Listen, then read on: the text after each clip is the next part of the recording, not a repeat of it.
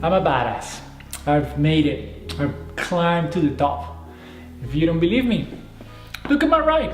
Look at my $50,000 Rolex. If you want to be like me, listen to what I have to say because I can teach you how to be a badass. Number one, crush your opponents. You see, people keep saying that you're supposed to be nice to others, but if you want to get to the top like me, you have to crush them all or be crushed. This is a dog-eat-dog types world, and only the apex predators will survive.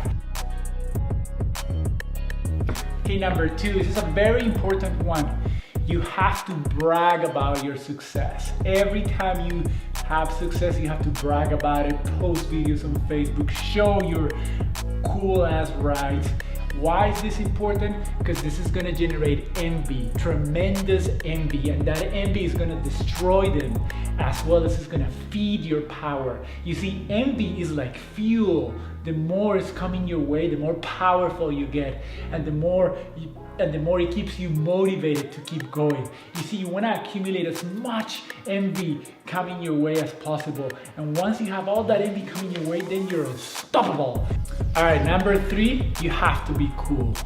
You see, you may be able to make some money and not be cool, but then you wouldn't be rich and cool. And that's the ultimate goal, to be rich and cool. And you see, if you're really cool and rich, people will look up to you and say, oh man, that person is so cool, I just want to be like them.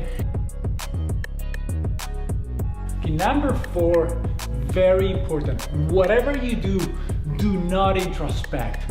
Do not go inside and look inside yourself. Oh my God, that is the worst, because you're gonna find this deep hole, this deep gaping hole that's gonna eat you alive. So whatever you do, keep going. And when you stop working and going in that direction, make sure you have some cocaine or some opiates to really keep you away from that hole. You don't, believe me, you don't wanna go close to that inner hole because it is gonna eat you alive.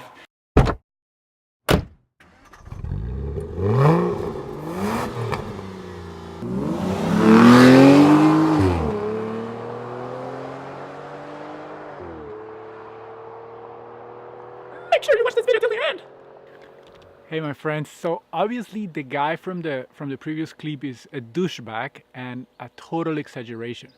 That is not to say that this is not a real phenomena, that we're continuously getting bombarded by our culture, that we're supposed to be better, bigger, stronger, good looking, whatever, and it's different message for men and for women, but watch it till the end. So we get this whole idea that our sense of value depends on external validation and on external accomplishments, and it feeds these parts of us which are wounded and feel valueless and feel a lot of pain. That hole that the guy was talking about that you don't want to go into, you actually want to go in there with a lot of kindness, a lot of compassion, support. We probably need support from others at times when the hole is too painful, and bring a willingness to meet that place and stay with that place, hang out with that place, so that some of the healing that needs to happen actually happens.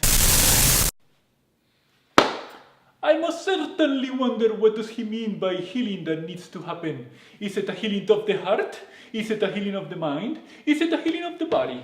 These YouTube people doing these videos, they think they are experts in everything, and they don't understand that they are confusing the public. I do not approve. I do not approve. And I want to say, it's not that watch it till the end. It's wrong to want to accomplish things, or wrong to want to play big or make money or be successful. I don't think there's anything wrong with that. The key thing is when we put our sense of value into them. So if I don't accomplish them, I am valueless.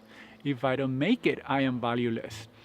And what if I'm just going for it with an attitude of openness, a willingness to fail, and a willingness to be heartbroken by it? That's totally cool too. We can accept that.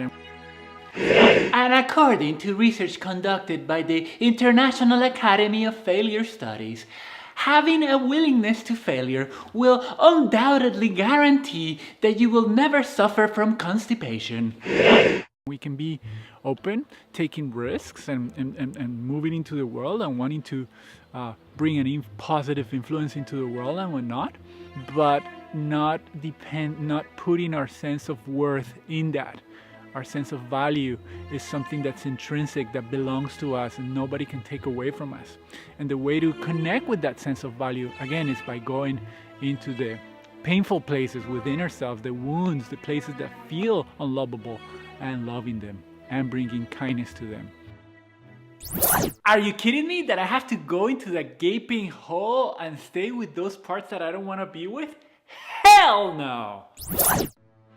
That's not an easy work. That's not easy to do. It actually takes a certain level of presence and willingness to be with very uncomfortable and painful emotions. And as I said before, some support can be very powerful here. Having a witness that's helping us through this, going into those deep wounds. But when we do that, when we turn inward and go into that hole and be with it and allow it and be kind to it, something begins to open up and we start shifting the need to be validated externally and the need to find our value externally to a more intrinsic sense of value, a more sense of value for the sheer fact of existing, and there is a less need for the external validation. And here's the thing, if there is a need for external validation, we don't want to make that bad either. I have a need for external validation. I find myself, and everybody that I know has a need for external validation. I have a need for external validation. You have a need for external validation. They have a need for external validation. We all have a need for external validation. Woo!